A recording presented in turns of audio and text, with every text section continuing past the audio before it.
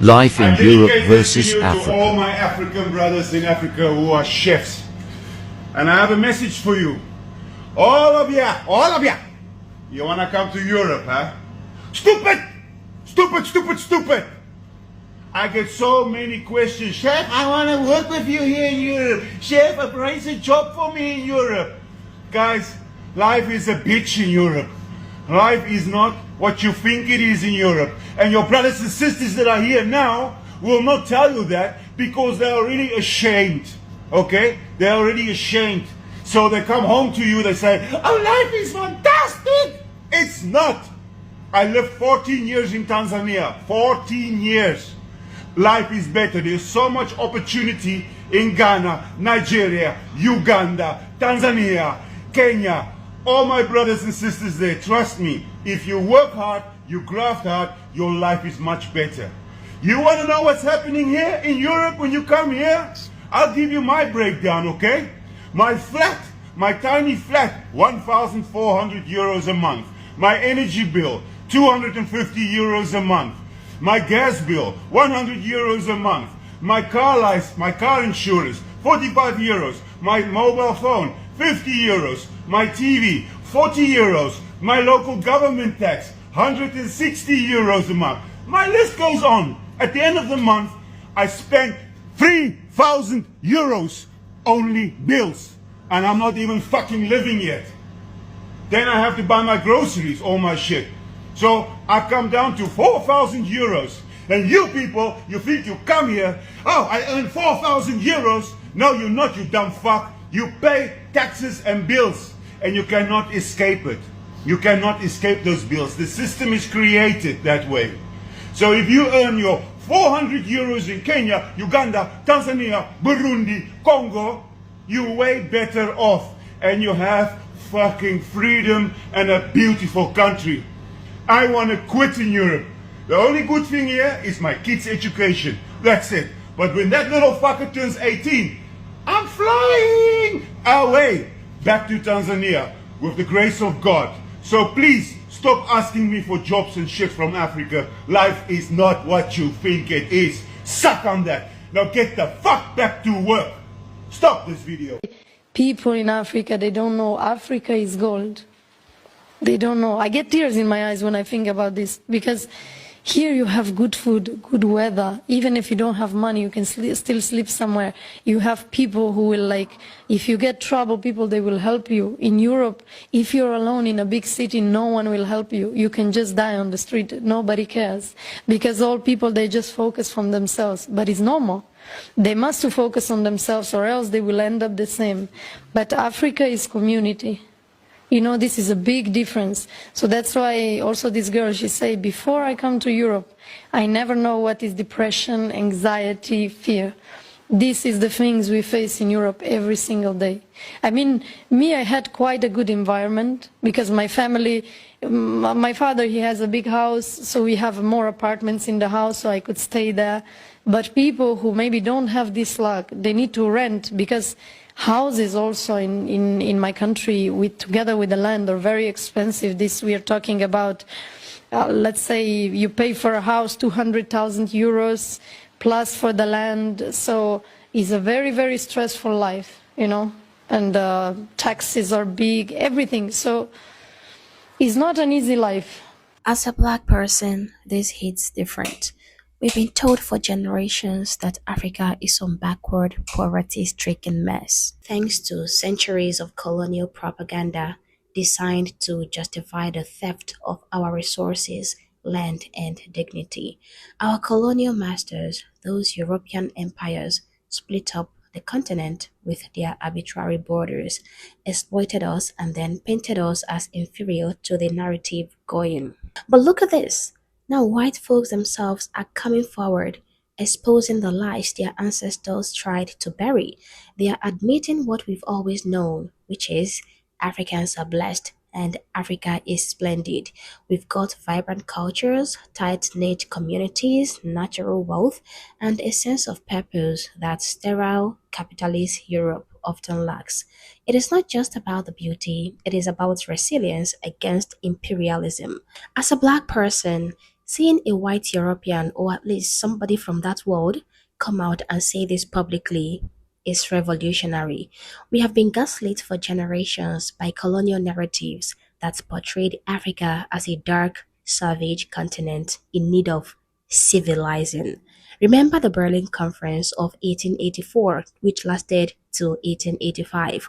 That is when European powers, that is Britain, France, Germany, Belgium, and the rest of them, sat around a table like they owned the world and carved up Africa with straight lines on a map, no regard for ethnic groups, languages, or existing kingdoms.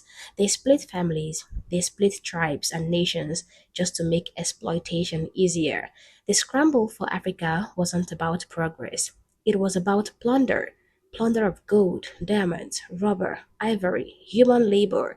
They took it all, leaving behind artificial borders that still fuel conflicts today. And to justify it, guys, they pushed propaganda through education, through media, and even religion that Africa is poor, that Africa is backward, disease ridden, that Europe is the pinnacle of civilization.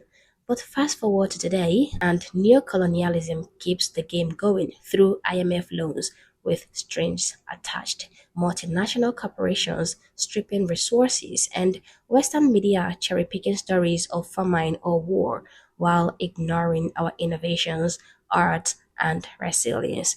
But here is the twist, guys. White people themselves are now exposing the scam. This guy in this video isn't some outlier. The other white people who spoke in this video are not outliers, okay? They are part of a growing chorus. Think about it. We have expats moving to Kenya, moving to Ghana or Nigeria, raving about the warmth of the people, the fresh food, the community spirit that Europe lost in its rush toward hyper-individualism and capitalism. In Africa, life has meaning beyond the 9 to 5 grind. We've got Ubuntu, the philosophy that I am because we are. We have extended families, village support systems, festivals that celebrate life, not just consumption. Sure, we face challenges like poverty and corruption, often imported or exacerbated by colonial legacies, but our joy is unmatched. Europe, on the other hand, is dealing with rising isolation, mental health crisis, and a soulless consumer culture where people are cogs in a machine. These people in this video, they are admitting what our colonial masters tried to hide, that Africa is not inferior, that Africa is blessed, splendid in its diversity, from the Sahara's vastness to the Congo's rainforest, from Ethiopian highlands to South African coasts. Our music, our fashion, our food, and our storytelling, they are influencing the world. Afrobeats topping the charts, Nollywood outspacing Hollywood in output, African designers slaying fashion weeks. Guys, a lot of things happening in the motherland. But anyway, let us listen to some of them talk and then we'll come back and discuss some more. If you're doing pretty good in your life, it's better to be doing really well in Africa than it is to be in America. Now, I've got a little bit of a culture shock coming back from Africa because when you come here, you're around people who on paper, they're very successful, rich, and all that. But all these people are drowning in debt. They got a nice car, but they don't own it. They've got a lease on it. They may say that they own a house, but they kind of do, but they have a huge mortgage on it. But in Africa, people own everything outright. And what does this lead to, like, in day-to-day life? Well, when you know someone who's well-to-do in Africa, they're a lot more relaxed. They feel like they can go on trips with you. They're a lot more generous. People here, even though they may have a lot of money on paper in America, the second they let their foot off the gas, the second they stop hustling, those bills will catch up on them really quick. And it shows like kind of why I feel West Africa is the future, because here people are putting up an appearance of being rich, wealthy. The people that live in Kenya and Tanzania are way more happier and nicer than the people in Europe. From someone who lives in the Netherlands and just lived here for 3 weeks. I only lived in Kenya and Tanzania for 3 weeks. And the past 3 weeks, I have seen a world of difference in just the people. And the whole trip, I was just trying to understand how it is possible that people here, even the people that are living in poverty, are way happier than the people in the Netherlands, for example, or just like in Europe in general. well, they are living there way more comfortable and luxurious. And you know what the reason is? I talked to one of the gentlemen from here and we were on safari. It was like a week ago, and during the safari we stayed in a hotel in the park itself, and there we were like talking about different things with the staff there. And like one of the guys, I asked him, like I was so curious, like that was the question of the trip, like how is that possible? And I asked him, I was like, how is that possible? And he goes, we are really grateful because we know the situation can always get better than what it is now. And he goes, I'm just really grateful for how I'm living right now because I'm healthy, I can work, and I can do my things, I can take care of my family. That's all I need. So conclusion is, people are just way more grateful and they're happy with the little things because they know it can be taken away from them, because they have seen it with the people here that they don't even have the basics.